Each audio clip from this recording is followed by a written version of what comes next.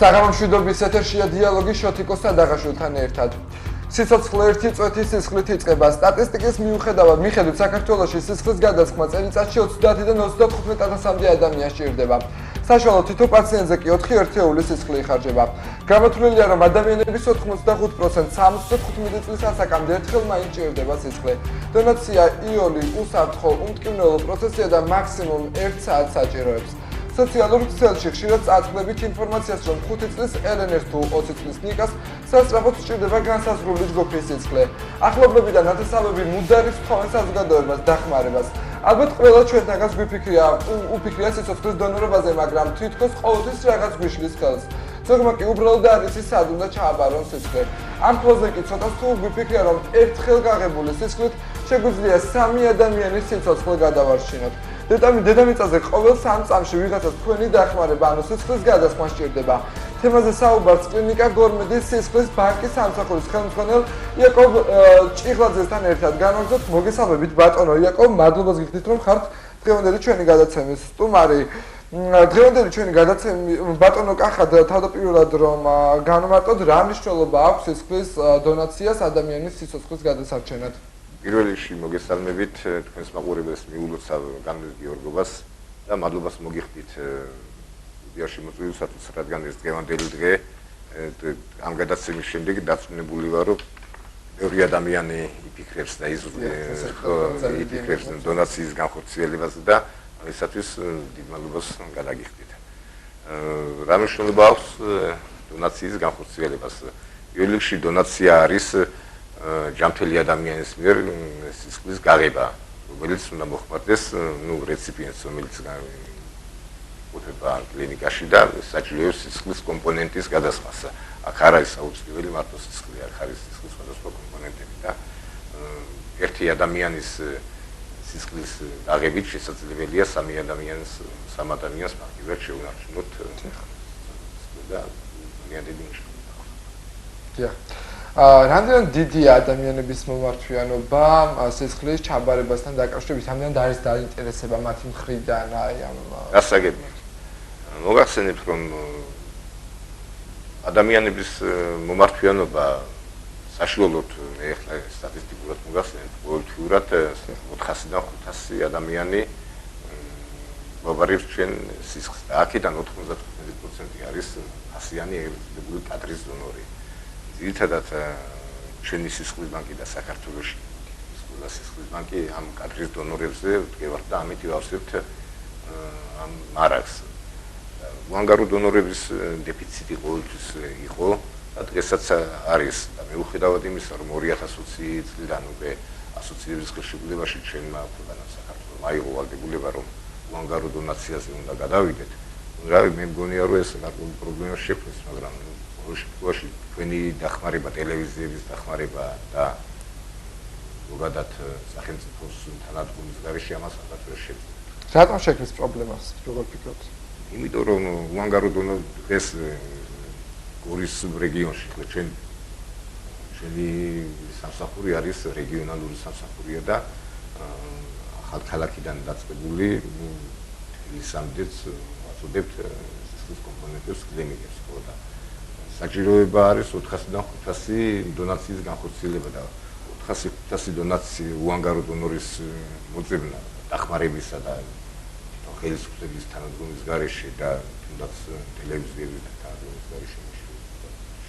როგორ ფიქრობთ, რატომ დადგა შედეგი, რატომ არ აბარებენ ადამიანები სისხლის უანგაროდ? უანგაროდ, ალბათ ინფორმაციული ნაკლებობა არის, მე ამას PR კამპანია საჭიროება. მე მგონია, რომ ჩემი გამოცდილებიდან PR მენეჯერი უნდა იქნას დანიშნული, რომელიც იმოძრავებს რეგიონებში თუნდაც აქეთ მე ზეგან მოგახსენებთ, რომ საკმარისად დიდი გამოცდილება მაქვს ამ კუთხით და ადრე თუნდაც კომუნისტების დროს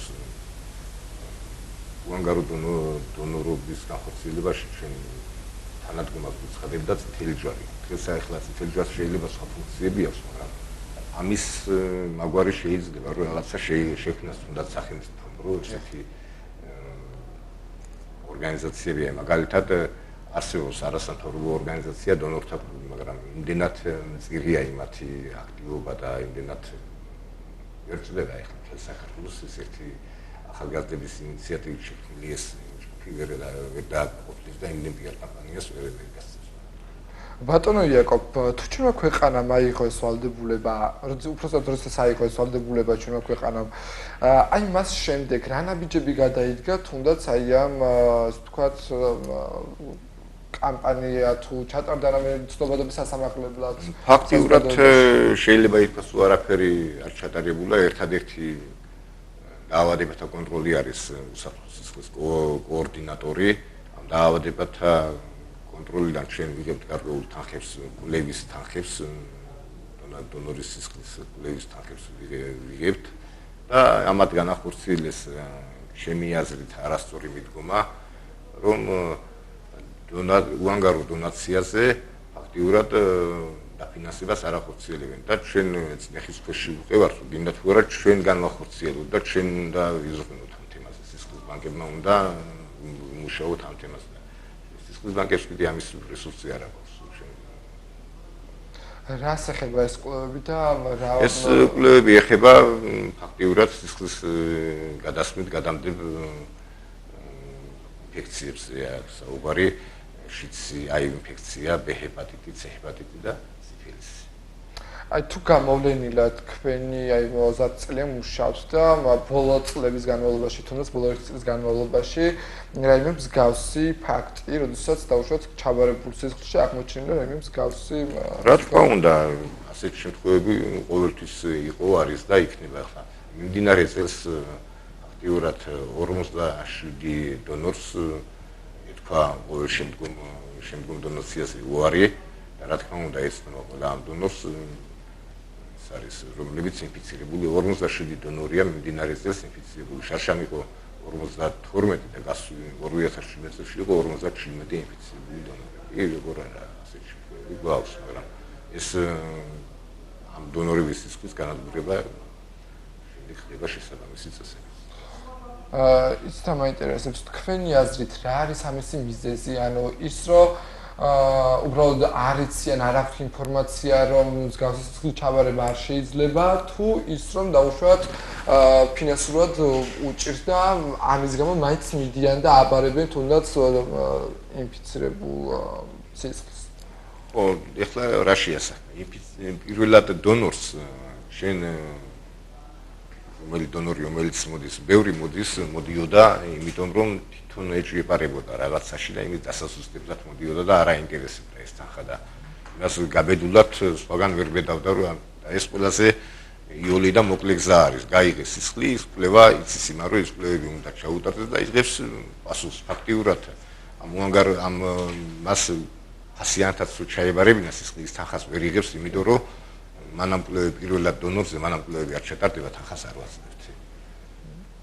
და სამაგიეროდ ის კვლევას იღებს და მაინც იგებს თავის მდგომარეობას, თუ არის უარყოფითი, ესე იგი მას დონორობის გაცედება შეუძლია, თუ არის დადებითი, დონორობას ვერ გააცდებს. ჩვენს რეგიონში რამდენად არის სისხლის დეფიციტი, ან თუ არის კონკრეტული სისხლის ჯგუფები, რომელიც ითვლება დეფიციტურ სისხლის ჯგუფად, ან რომელიც დაუშვათ არ არის. ძირითადად ზოგადად რა არის? რაც უფრო მოქალაქეები ნაკლები რაოდენობით არიან ამა თუ იმ სისხლის ჯგუფს, მით მეტად იგრძნობა ხოლმე ამ სისხლის ჯგუფის დეფიციტი, იმიტომ ეს არის პირველი უარყოფითი რეზურსის მქონე ჯგუფებია ძირითადად, რომლებიც უფრო მეტად პრობლემურია და დეფიციტი იქნება ამ უარყოფით რეზურსის მქონე ჯგუფებზე. პირველი უარყოფითი, მეორე უარყოფითი, მესამე, მეოთხე უარყოფითი. აი ახლა ამ ორი დღის წინ იყო პრობლემა, მაგრამ მოვაგვარეთ თბილისიდან სამინისტრო ამერიკა რომ სეფსისის ცენტრს ესაჭიროებოდა და საშუალება და გაუგზავნა. არის ძირითადად უარყოფით რეზურსის მქონე ჯგუფებზე არის. როგორ ფიქრობთ, როგორ უნდა დაინტერესოთ ეს ადამიანები, რომლის სისხლის ჯგუფის დაუშვათ არის დეფიციტში, ანუ თანხები განსხვავებულია, ახლა ჩვენ თქვით, რაზეც შემთხვევაში მოდიან თანხის გამო. არა, აბსოლუტურად ყველა ჯგუფისა და რეზუსის და არის მაგალითად თბილისში ასეთი მიდგომები, რომ აი უარყოფითი ჯგუფის უარყოფითი რეზუსის მქონე ქალაქებს უფრო შედარებით მაღალ ანაზაურებას უხდიან. ჩვენთან ეს ტენდენცია არ მუშაობს. და თანაბარ მდგომარეობაში ეჩვენა. ბატონო იაკობ, თუ არის ძირითადი სისხლის ბანკი და როგორ ხდება მარაგის გადანაწილება, როგორ ანაწილებთ ხოლმე სისხლს?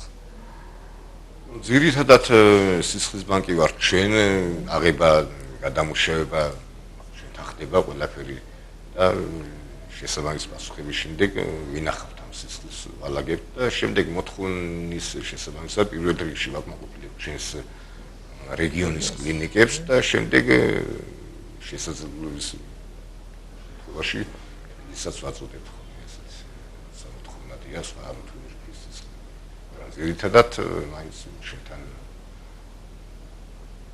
შენახვა ამ სისხლის შემდეგ მიწოდებ. ამას ჩვენ ვარეგულირებთ. ეს ყველა რეგიონში არის სისხლის ბანკი თუ აი როგორ ყველა რეგიონში დავუშვათ ახლა თქვენ რაღაცა ახალციხე მითხარით ხო? ახალციხედან რაღაც გარკვეულ მონაკვეთზე ხართ პასუხისმგებელი. დავუშვათ ან დასავლეთის მხარეს ან დასავლეთში მოგახსენებთ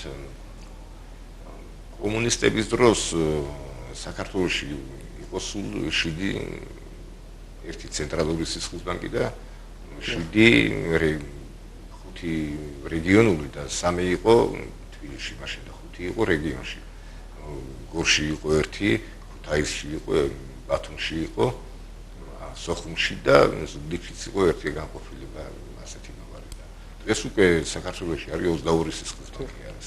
ძალიან არის ასლი სისხლის ბანკების რაოდენობა, მაგრამ ეს რეგიონული სისხლის ბანკები უბრალოდ ჩვენ სტატუსი შეგვიცვალა და გორმედის ექვემდებარება და გორმედის, მაგრამ რეგიონულ ფუნქციას ისევ ასრულებს აბსოლუტურად და დანარჩენები ყველა დამოუკიდებლად ისევ აგრძელებს.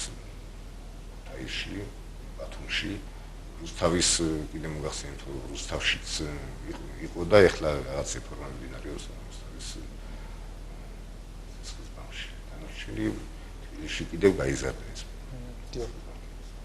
მოთხოვნის შესაბამისად გაიზარდა, ანუ ეს სისხლის ბანკის რაოდენობაც რაშია საქმე?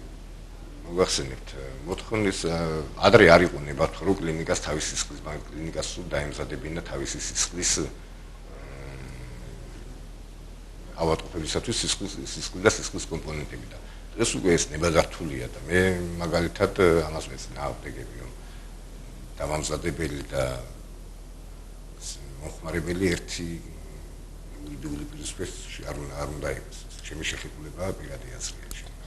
ხო და დღეს უკვე ეს მოთხოვნა არის მაგალითად ევექსის ძელი არის და იმას აქვს სხვადასხვა სისხლის ბანკების სხვადასხვა კლინიკებში. სახელმწიფომ დაუშვა ეს და თავისთავად მილაციდოს თუ თავის სისხლის ბანკი გაიგეთოს ვისაც ამ შესაძლებლობა აქვს.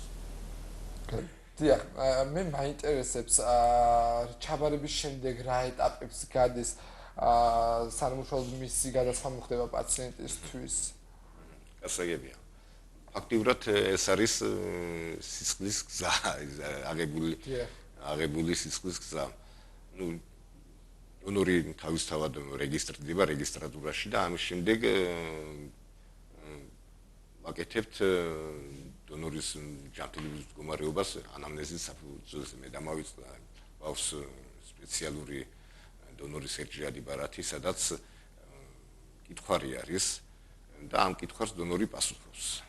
და შემდეგ ადასტურებს ხელმოწერის უწრფელაიგული დგას პასუხი და თანახმა არის დონაციის განხორციელებაზე. ამის შემდეგ ხდება პირველადი სკრინინგი. პირველადი სკრინინგი ეს არის დონორის გემოგლობინის მდგომარეობა და ჯგუფობრიობა. ამ კითხვაში ფაქტიურად ის კითხვაში არის კიდევ რომელსაც ექიმი აკონტროლებს ამ ყველაფერს იქ წერი იქ დონორის წნევა, ფიქსირდება იქ ტემპერატურა. შემდეგ ამ სკრინინგის შემდეგ დონორი უკვე რო ხვდებით რომ დონორი ჯანმრთელია უკვე რო დაბრუნებული ვარ თამაში უკვე დონორს უშვებთ დონაციაზე. შემდეგ დონაცია აბსოლუტურად ყველაფერი არის უსაფრთხო დონორის ზამთროვანი, იმიტომ რომ ადამიანების გარკვეულ აბსოლუტურად უსაფრთხო არის. ერთადერთი რაც ძალიან ხშირად ხდება, აი პირველადი დონაციას რო ახორციელებს დონორი, ეს არის ცოტა აი ემოციურ ფონზე მიმდინარეობს ხოლმე პირველადი დონაცია, რაღაცა შიში აქვს და მე მინდა რომ მოუწოდო მოსახლეობას არავითარი აბსოლუტურად უსაფრთხო არის გინდა პირველი დონაცია, გინდა მეორე ნებისმიერი დონაცია უსაფრთხო არის აბსოლუტურად ყველა დონორისათვის. და შემდეგ ხდება მეც არაერთხელ მე მიღია უანგარო დონაციის აქციაში შემონაწილეობა და სრულად უსაფრთხოა და სრულიად ესე ვთქვათ უმტკივნეულო, ასე რომ პირადი გამოცდილების ამის შემდეგ დონაციის განხორციელების შემდეგ დონორი უნდა ოჯახში თუ თავის საქმიანობას ახორციელებს, მაგრამ აქ კანონმდებლობით არის გათვალისწინებული, რომ ყველა დონორს აქვს უფლება დასვენების უფლება ის საჯარო სამსახურია, გადაცემა სამსახურია ამას მნიშვნელობა აქტიურად არ აქვს. ყველა დონორს აქვს ყველა ხელმძღვანელი ორგანიზაციის ვალდებულია წინასწარი გაფრთხილების შემდეგ, რომ თითოეული ქალაქი გაუშვას, რომელიც განაცხადებს, რომ მე უნდა ჩავაბარო სისხლი. ის ვალდებულია რომ გაუშვას და მეორე დღე ეკუთვნის კიდევ დასვენების დღეთ. თუ ამ მეორე დღეს არ გამოიყენებს, შეუძლია შეგულებით ან წელიწადის ნებისმიერ დროს ისარგებლოს ამ ერთი დღე. რაიმე დამადასტურებელი დოკუმენტაცია არის ამისთვის საჭირო თქვენი მხრიდან რომ გასცეთ? თუ მოთხოვნა იქნება, აუცილებლად მივცემთ, რომ ნამდვილად განახორციელა დონაცია. კი, ამის შემთხვევები მქონია და დიახ. უშუალოდ სისხლის გადასხმის პროცესის შემდეგ ამის შემდეგ სისხლის გადის უკვე ორ ეტაპს. ერთი მიმართულება არის რომელიც კვლევებზე მიდის ამ მასთან დაკავშირებით, ინფექციებთან დაკავშირებით და მეორე არის თვითონ სისხლის გადამუშავება. სისხლი უკვე ეს სისხლი იშლება ამ კომპონენტებად დაშლის პროცესი არის, ეს ცენტრიფუგირება, შემდეგ პლაზმის გამოყოფა, ტრომბოციტების დამზადება და ეს კომპონენტებად დაშლა. უკვე ეს ცალკე პროცესია კიდევ და ყველაფერი ეს ხდება დახურული სისტემაში, აბსოლუტურად უსაფრთხო არის ეს ყველაფერი, დახურული სისტემით ხდება ეს ყველაფერი, არავითარი ღია იმაში მოხვედრა სისხლის თუნდაც ერთი წუთის არ ხდება. შემდეგ ამ ტესტირების შემდეგ პასუხების მანამ სისხლს ვინახავთ, მაცივარი გვაქვს, გამოუკლებელი სისხლია და გაცემა იმისი აკრძალულია. ამ პასუხების შემდეგ უკვე ხდება ეტიკეტირება ამ სისხლების და მარაგებში გადანახვა. როგორ გახდეთ დონორი ხა ჩვენ გვიყურებს მაყურებელი, რომელსაც საინტერესებს და რა არის ის აუცილებელი კრიტერიუმები, რასაც ადამიანი უნდა აკმაყოფილებდეს, რომ იყოს დონორი? პირველ რიგში უნდა იყოს ჯანმრთელი, უნდა იყოს 18-დან 65 წლამდე. არის დონორების წინააღმდეგ ჩვენებები ასეთი დებულება არის, სადაც წერია ჩამონათვალი ძალიან ბევრი ასპექტია, სადაც საიდანაც ხდება დონორების დაწუნება რა და ფიზიკურად დონორი უნდა იყოს ჯანმრთელი. ახლა ოპერაცია გადატანილი როს ნაველი რო არ აქვს და კუჭი რო შუაზე აქვს. ხო, რა თქმა უნდა, იმისგან არ შეიძლება ანემიური ქალაქები ახლა გონია შემთხვევები რომ გონია დაბალი ჰემოგლობინი ჰემატოკრიტი და ისინი დაგვიწმულია. ეს თამაინტერესებს ისინი ვინც პირველად დონაციას ახორციელებენ, რა უნდა გაითვალისწინონ სისხლის ბანკში მისვლამდე? უნდა გაითვალისწინონ ჯანმრთელები არიან, წონით უნდა იყვნენ 50 კილოზე მეტი აუცილებლივ. თუ ჯანმრთელები არიან და წონით არიან და ამ სტანდარტებში 18-დან 65 წლამდე ჯდებიან, უნდა აიღონ პირადობის მოწმობა და უნდა მობრძოდნენ სისხლის ბანკებში. დანარჩენს მერე უკვე ჩვენ გავაკეთებთ რეგისტრაციას და არ უნდა იყოს ალკოჰოლური თრობის რა თქმა უნდა, რა თქმა უნდა, 24 საათი ალკოჰოლური თრობა არ უნდა.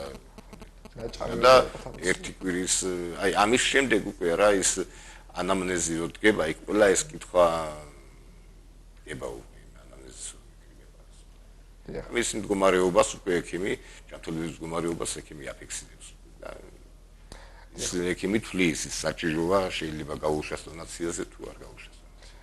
ჩვენ ამდენჯერმე ვახსენეთ, რომ სისხლის გადასხმა და სისხლის დონაცია არის აბსოლუტურად უსაფრთხო. უფრო დეტალურად რომ ვისაუბროთ, რას გულისხმობთ, როდესაც ვამბობთ არის უსაფრთხო, აი ამ საკითხზე. უსაფრთხო თვითონ დონაციის პროცესი. ამ შემთხვევაში უსაფრთხო დაცული თვითონ დონორიც არის უსაფრთხო და არის აგრეთვე უსაფრთხო უნდა იყოს რეციპიენტიც, ხო და დონორის უსაფრთხოება რა შემეცეგან აღნიშნე რომ აი პირველადი დონორს აქვს ემოციური ფონი და ასე დროს მაღალია ემოციური დატვირთვა და დაძაბულობა რაღაც ნიუანსებს შეიძლება გამოიწვიოს. ეს რა უნდა მოხდეს წელიწადში შეიძლება ერთხელ მოხდეს ან ესეთი დანარჩენი აბსოლუტურად პირველადი და სტერილური მასალებით დიახ. ბატონო იაკობ, წეხარში საუბრობდით დონაციაზე, პირველად დონაციაზე და ასე შემდეგ. იმ შემთხვევაში თუ ამ დონორი ამ შემთხვევაში გამოდგება არაკეთილსინდისიერი ადამიანი, უხეშად რომ ვთქვათ, ამ შემთხვევაში რა ხდება? იმ შემთხვევაში თუ თქვენს ექიმს დაუშვათ მოატყუა რომ ის არის სრულიად რაღაცა უსაფრთხო მას წამალი არ აქვს ძალეული რომელიც აკმაყოფილებდეს ასე ვთქვათ იმ გარკვეულ ჩამონათვალს შეერს წამლის არ დალევა ხო რაღაც გარკვეული პერიოდის განმავლობაში ალკოჰოლი აქვს მიღებული მაგრამ ატყუებს დაუშვათ ექიმს თუ ნაჭამი არ არის და ატყუებს ამ შემთხვევაში რა ხდება?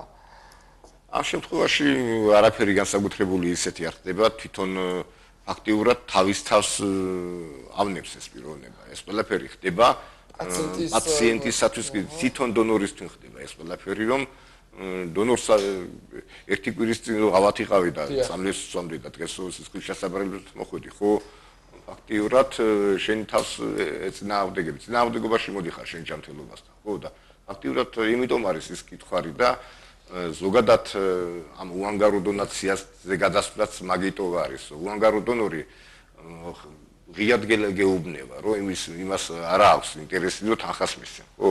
და ღიად გეუბნება ის თუ რამე პრობლემა ჰქონდა ან აქვს. ეს კიდევ კადრის დონორი ცდილობს რაღაცა დაგიმალოს, რომ იმას ანგარება უნდა. ის თანხით არის დაინტერესებული და ეს მიდგომაც იმიტომ არის, რომ უანგარო დონაციაზე გადასვლა ანუ ამას შეიძლება თუ არა გამოიწვიოს პირველ რიგში პაციენტისა აბსოლუტურად არაფერი პაციენტისა თუ რამე ინფიცირებულია ეს დონორი და რაღაცა ის ტესტირების შემდეგ ყველაფერი ირკვევა ხო და ეს გამორიცხულია რომ პაციენტს ამე დაუშვა. აი ეს მაინტერესებდა. ხშირია სისხლის უანგარო დონაციის აქციები ყველაზე მნიშვნელოვანი მომენტზე გადავედით ალბათ რომელიც ძალიან ბევრ ადამიანს აინტერესებს ხოლმე. რა ფასად ყიდიან სამედიცინო დაწესებულებები უანგაროდ ჩაბარებულ სისხლს?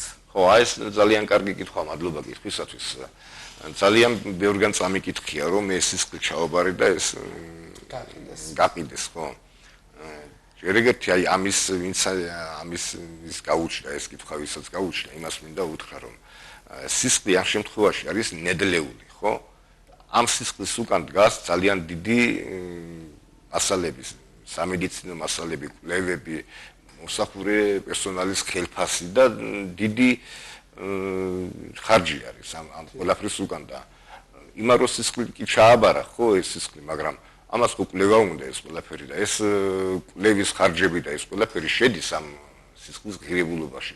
მაგრამ თანხას მაინც სახელმწიფო იხდის იმას ავადმყოფი და ავადმყოფის პატრონი თანხას არ იხდის და რატომ არის ასეთი მიდგომა მე დღესაც ვერ გამიგია იმიტომ რომ რაც ეს დღევანდელი ხელისუფლება მოვიდა იმის შემდეგ აბსოლუტურად სისხლი დაფინანსებადია 95% სისხლი და სისხლის კომპონენტები ფინანსდება სულ. იურად ავადმყოფის პატრონს არ უწევს სისხლის გადასხმა. ის ადამიანები, ვინც დავუშვათ რაღაც გარკვეული თანხის სანაცვლოდ თაბარებენ სისხლს და ის ადამიანები, ვინც უანგაროდ თაბარებენ სისხლს. ანუ ამ ადამიანების სისხლი კონკრეტულ სამედიცინო დაწესებულებამდე ერთი და იგივე ფასი. კი, აბსოლუტურად ერთი და იგივე, არავით არის სხვაობა აქ. ფასი ერთი და იგივე. როგორც ვთქვით, სისხლის გაცვლაც ხდება. ამასთან დაკავშირებით.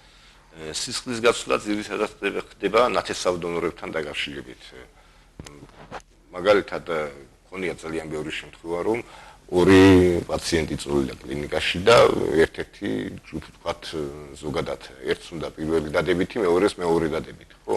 და ვისაც პირველი დადებითი უნდა იმიას ყავს ნათესავები მეორე დადებითის პატრონი, იმას პირიქით და ჩვენ ვარეგულირებთ თვითონ სისხლის ბანკის გაცვლას ვარეგულირებთ ისევ და ისევ ამ ნათესავი დონორების ხარჯზე და ასე ვაწოდებ. ამ შემთხვევაშიც ეს არის უსაფრთხო რა თქმა უნდა. უსაფრთხო რა თქმა უნდა, ყველა სისხლი აბსოლუტურად არის უსაფრთხო. ზეგანაც აღნიშნეთ დამზადებიდან გაცემამდე მანამ ტესტირებას არ გაივლის ეს სისხლი, მანამ გამორიცხულია მისი გაცემა, ეს არ ხდება. აბსოლუტურად უსაფრთხოა, იმას არ აქვს მნიშვნელობა ის კადრის დონორმა ჩააბარა თუ ნათესავმა თუ უანგარო დონორმა. დიახ, ბატონო იაკობ, გადაცემის დასასრულს ჩვენს მაყურებელს რომ გარვუმარტოთ, რა აუცილებლობით არის გამოწვეული სისხლის ჩაბარება, რატომ უნდა გაიღონ იმ მოქალაქეებმა სისხლი, რომლებიც ახლა გვიყურებენ? მადლობა ამ შეკითხვისათვის. დღეს ზეგანაც აღნიშნე რომ არის მქონია ასეთი შემთხვევები და ძალიან ხშირად რომ მოქალაქეები რომელიც ანაზღაურებადია და ეს კადრის დონორები არიან, ისინი შემთხვევები მაინც მალავენ რაღაც გარკვეული გადატანილი დაავადების თუ უანგარო დონორი კიდევ ფაქტიურად წარფელია იმისი მხოლოდ და მხოლოდ მისი ინტერესია რომ დაეხმაროს ადამიანს, დაეხმაროს ვისაც სისხლის კომპონენტი სჭირდება და ის არ მალავს ყოველვე ამ ყველაფერს და მისი სისხლი უფრო შედარებით ჯანმრთელი არის და უფრო თვითონ რეციპიენტისთვის უფრო მეტად სარგებელი მოაქვს ასეთ შემთხვევაში. მე მინდა ვთქო რეგიონის მოსახლეობას, რომ იმედია ჩვენი დღევანდელი შეხვედრა გარკვეულ წარმოდგენას გაუჩენს უანგარო დონაციაზე და სისხლის დონაციაზე და იმედია რომ ამით რაღაცა გარკვეული კუთხით უანგარო დონაციათ არის გაიზრდება და რა თქმა უნდა თქვენი დახმარება იქნება. მე ძალიან დიდი იმედი მაქვს და ჩვენი დღევანდელი გადაცემის დიდ მადლობას გადაგიხდით დღევანდელი სწორედ ეს იყო. დიდი მადლობა თქვენ რომ იყავით დღევანდელი ჩვენი გადაცემის სტუმარი. ასეთი იყო დღევანდელი ჩვენი გადაცემა. ჩვენ იაკობ ჭიღლაძესთან ერთად საუბრობდით სისხლის დონაციის მნიშვნელობის შესახებ. მადლობა რომ გვიყურეთ, ჩვენ ერთმანეთს ხვდებით მომდევნო კვირის ოთხშაბათს საინფორმაციო დასრულებისთანავე. გაიღეს სისხლი, გადაარჩინეს სიცოცხლე. ნახვამდის.